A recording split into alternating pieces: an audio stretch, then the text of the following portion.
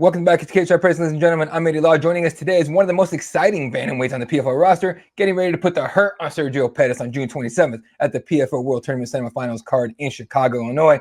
Former Bellator World Champion, Raufeon Stots. How you doing, sir? Man, I'm doing pretty good, man. Can't complain.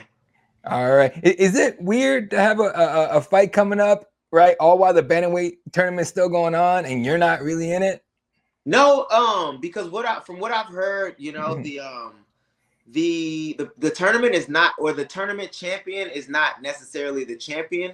The tournament champion has a chance to fight for the actual PFL belt. That's how they're gonna set it up, which is it's kind of nice. And full disclosure, I can say this now that I guess everything has transpired. I was slated to fight Patchy Mix for the actual belt, and then we were gonna unify with the tournament champion. So because of Patchy, you know, PFL wanted to part ways. That fight didn't happen, but that's why I've also been on the shelf. I've been kind of waiting for that fight to or for his side to kind of sign. So I'm thinking this is kind of, you know, the same same trajectory. Like the winner of me and Sergio should get to fight the tournament champion for the belt. You know, unless something crazy happens. I think that's the best course of action. I mean, that makes complete sense, though. I mean, he's former champ, you're former champ. Why not? That makes complete sense. Yeah, and then I think that'll bring a lot of legitimacy to the belt, the PFL belt. You know, so yeah, that's how I feel like it should play out. Dude, okay. I mean, having a spot to fight Patchy Mix, that's a high profile fight. Does it burn you a little bit? You didn't get that? Yo, bro. Oh my God. And that's kind of why I've been waiting, and I've been kind of on the shelf, because I was like, okay, that opportunity is worth waiting for, you know. So I've been kind of training, waiting for my opportunity, because that's the fight I want. You know, there's two fights that I want. Though that was one of them. You know what I mean? So I've only lost twice in my, you know, mixed martial arts career. So yeah, I wanted that fight, you know. On the other hand, I'm happy for those guys, or I'm happy for PFL and happy for Patchy that everybody kind of got what they want.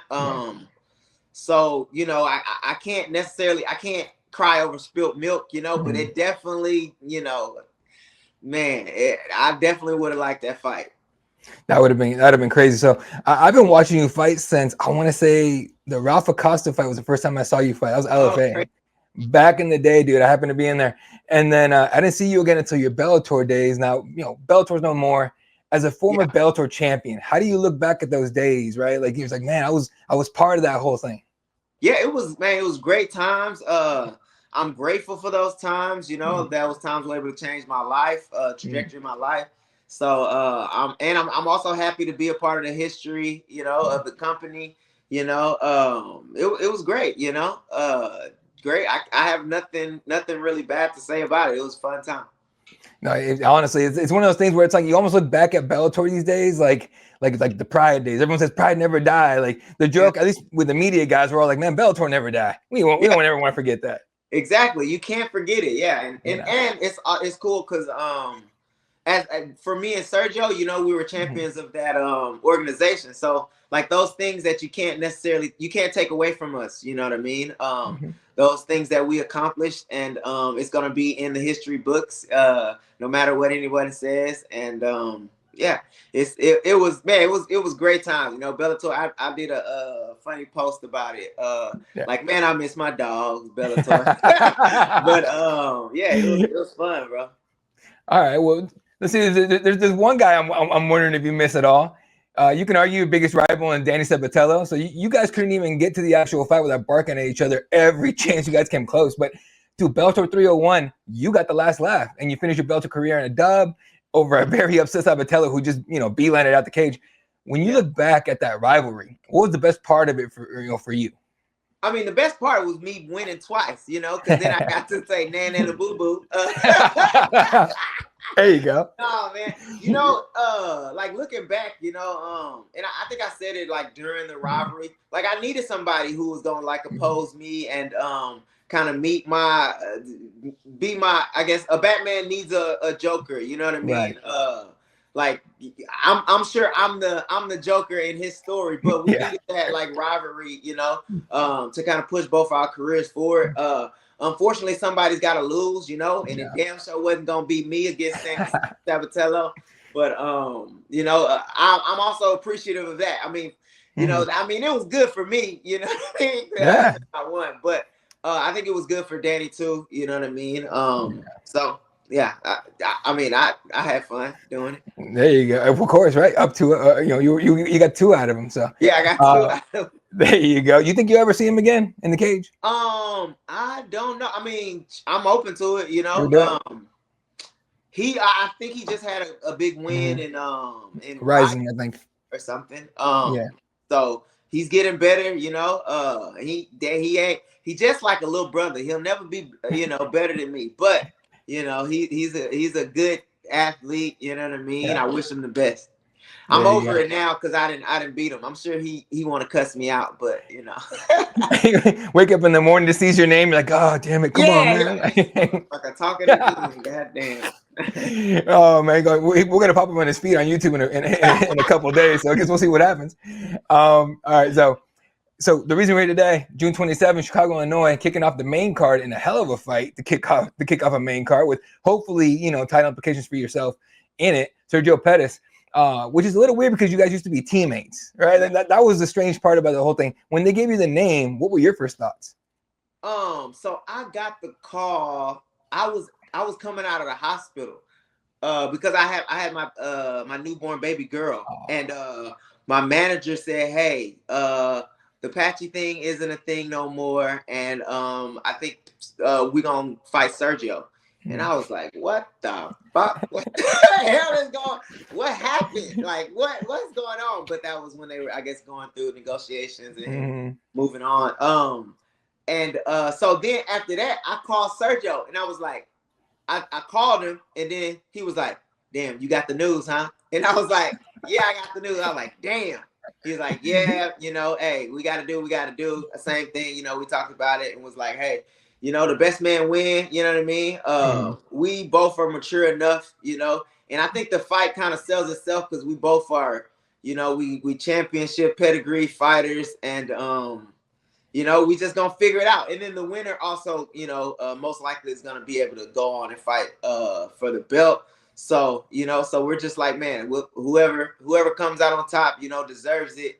For me, there'll be, I mean, it's kind of easy to say when you, like before it happens, but you know, I don't think there'll be like both of us are mature enough to not have any, you know, just have it a competition, you know, and be cool after it. I think we'll be cool after, but while we're in there, I expect nothing less than him trying to knock my head off and you know, and competing to his best. You know what I mean? And I'm gonna do the same, and we'll kind of figure it out. There you go, man. So you went in the hospital, came out with an extra human being, and you came out light to fight, bro. Yeah, exactly. It's crazy. Congratulations on that, by the way. You know, yeah, you know, being a father myself as well, like that is a trip. Like, how many do you have? So this is my third one. So I had 2 boys, and I was hoping for a little baby girl, and I got my little baby girl. So I'm super happy. I went 2 and 2. I had the boy first, 2 girls in the middle, and I'm like, I need to even it out, please. Let's go.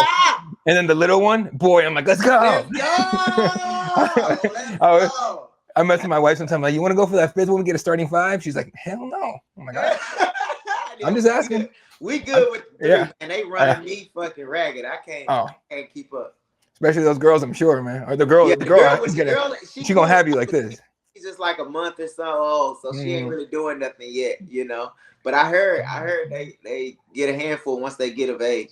Get a handful and then give her 5 minutes. She's gonna have you like this, no matter what she want, dude. No matter how tough you are. I feel like that is gonna be the. I mean, at this point, I'm pretty much disowned. I pretty much disowned my sons, you know, because I got my little baby girl. You know, I know she's gonna love on me. So there you go. All right, man. So you didn't get to take part in the tournament. Obviously, you have just as big, if not bigger, things, you know, coming up. So, but you know, watching it from the outside with Hadley, Alves, Gutierrez, and Wetzel remaining, who do you think is going to take the whole thing? Man, I really like Justin Wetzel. Funny story. I used to train with Justin to a while back, and he has he progressed so much. I've known him from when he was an amateur, and he's a really strong individually, strong-minded, and just like a strong bantamweight. So I think he'll have an edge over all the other ones.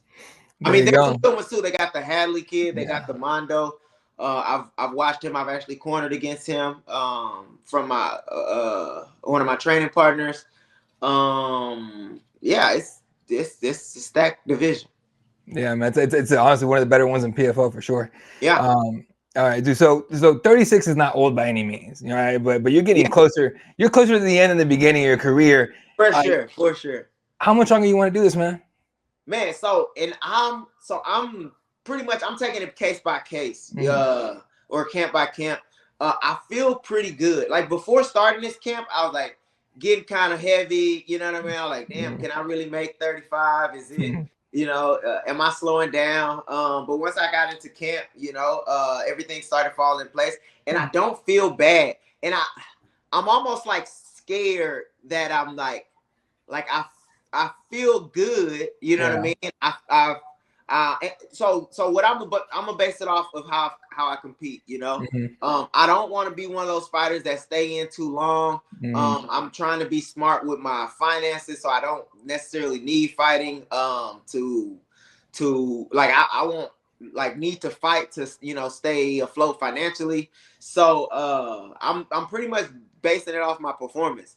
Right now I feel good, and I feel I could probably fight for another 3 years. But it just sounds kind of old. I don't feel that, but that's it don't sound the best. But so I guess it just depends on how I perform. I know for damn sure I don't like taking losses. So if I start losing, it's a wrap. If I lose one more, it might be a wrap. I don't know.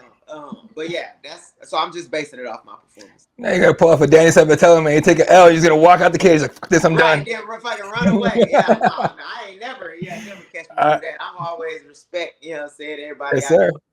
But so to answer your question, I feel great. I feel great now. I feel like I can fight for another 3 years for sure. But anything can happen, and I also don't want to, say, oh, I'm fighting until I'm this age or whatever. I want to feel good fighting. I mean, I want to still love it. You know what I mean? I still have fun training. I still have fun. I have the most fun competing. So yeah, I'm just taking it case by case. You ever think about getting on the mic there in the commentary booth or something? Yeah, man. They tell me to get on the. You could talk, dude. You could talk with the best of them. Yeah, I should. I mean, I should start doing some of that stuff. Yeah. I've actually started a couple businesses outside of fighting. But I mean, I'm always open to try stuff. So I guess I should try it now. It's probably the time to try. And man, everyone's popping up a podcast, but with a guy with your kind of experience, man, get one of your boys that also fights and start doing. Yeah, just hopping on the mic. That's what I'm saying.